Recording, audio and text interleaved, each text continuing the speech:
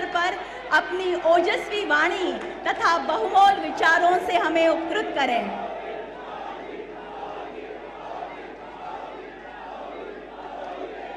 भारत माता की, भारत माता की, भारत माता की।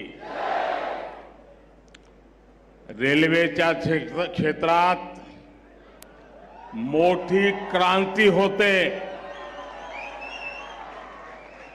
देशाला आज 9वी आणि 10वी वंदे भारत ट्रेन समर्पित करताना मला अत्यंत आनंद होतो आहे।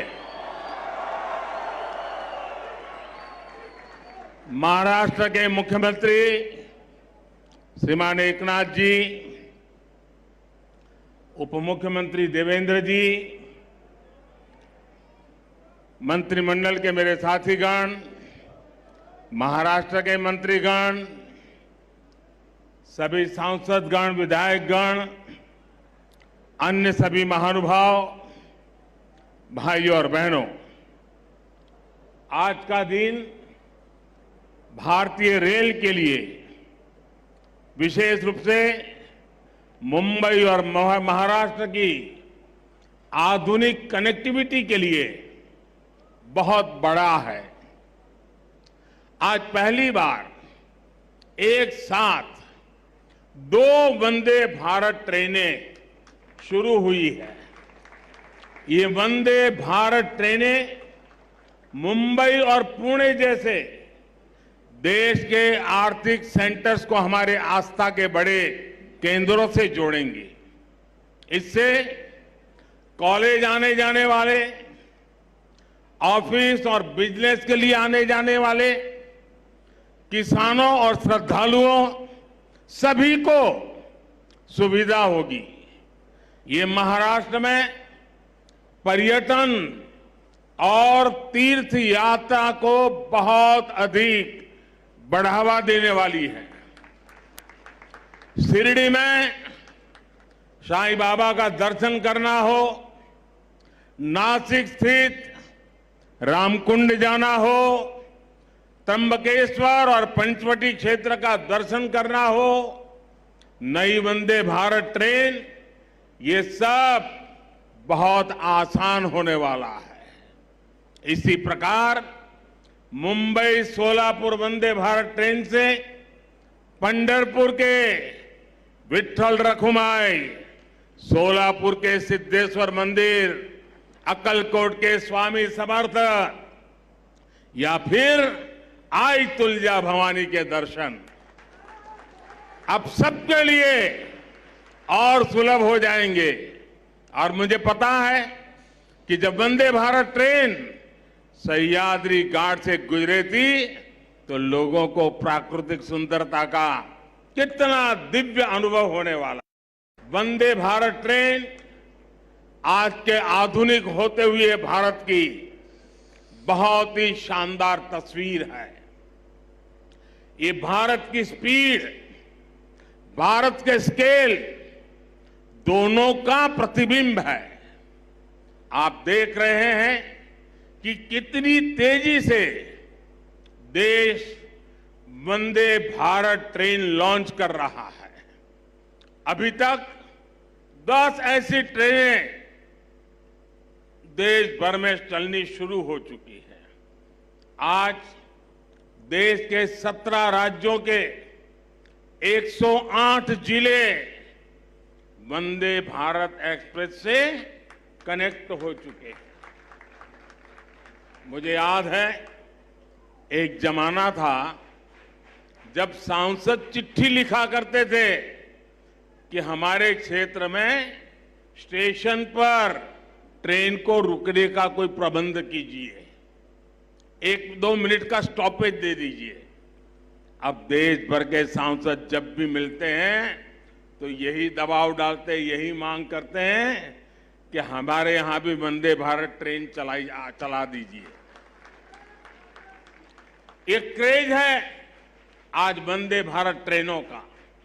साथियों, मुझे खुशी है कि आज मुंबई के लोगों का जीवन आसान बनाने वाले प्रोजेक्ट भी यहां शुरू हुए हैं।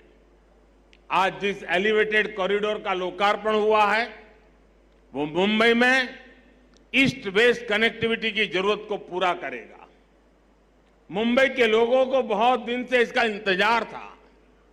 इस कॉरिडोर से हर रोज 2 लाख से ज्यादा गाड़ियां गुजर पाएगी और लोगों का समय भी बचेगा। अब ईस्टर्न और वेस्टर्न सबर्बन इलाकों की कनेक्टिविटी में इसके कारण बेहतर हो गई है। कुरार अंडरपास भी अपने आप में बहुत अहम है।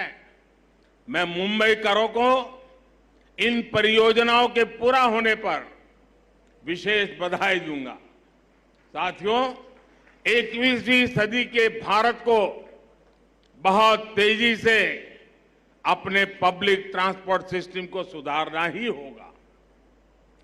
जितनी तेजी से हमारा पब्लिक ट्रांसपोर्ट सिस्टम आधुनिक बनेगा उतना ही देश के नागरिकों की ईज ऑफ लिविंग बढ़ेगी, उनकी क्वालिटी ऑफ लाइफ में सुखद सुधार होगा। इसी सोच के साथ आज देश में आधुनिक ट्रेनें चलाई जा रही हैं, मेट्रो का विस्तार हो रहा है, नए नए एयरपोर्ट्स और पोर्ट्स बनाए जा रहे हैं। कुछ दिन पहले जो देश का बजट आया उसमें भी इसी भावना को सशक्त किया गया है और हमारे मुख्यमंत्री जी और उप मुख्यमंत्री जी ने उसकी भरपूर तारीफ भी की। भारत के इतिहास में पहली बार 10 लाख करोड़ रुपए सिर्फ इंफ्रास्ट्रक्चर के विकास के लिए रखे गए हैं।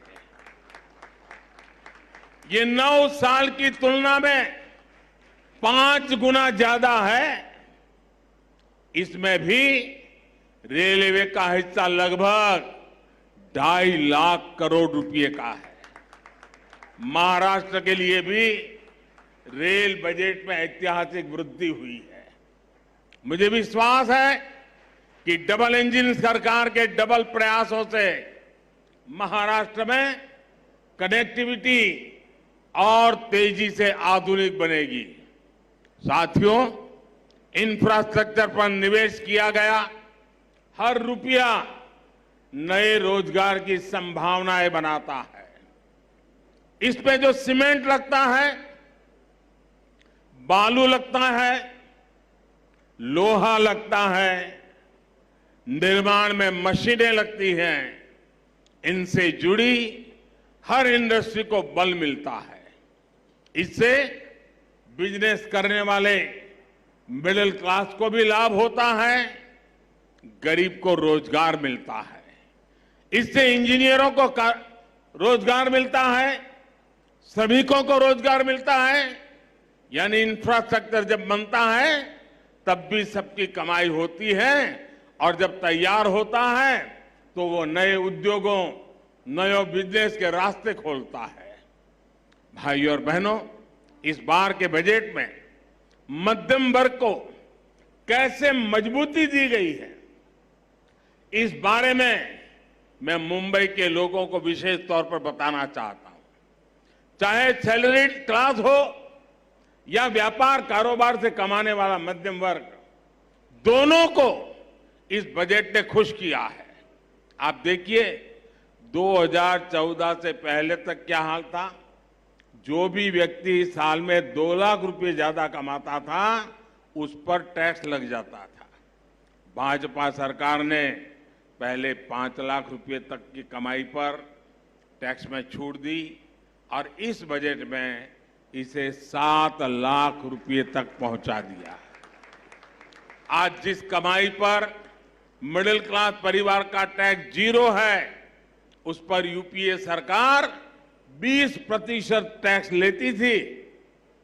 अब ये युवा साथी जिनकी नई नई नौकरी लगी है, जिनकी मासिक आय 60-65 हजार रुपये तक की है, वे अब ज्यादा निवेश कर पाएंगे।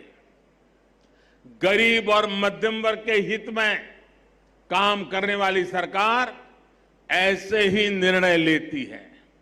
साथियों, मुझे पूरा विश्वास है कि सबका विकास से सबका प्रयास की भावना को सशक्त करने वाला ये बजट हर परिवार को ताकत देगा, हम सभी को विकसित भारत के निर्माण के लिए अधिक प्रोत्साहित करेगा। फिर एक बार मुंबई सहित पूरे महाराष्ट्र को बजट और नई ट्रेनों के लिए बहुत बहुत बधाई देता हूं, बहुत बहुत शुभकामनाएं देता हूं। आप सबका धन्यवाद।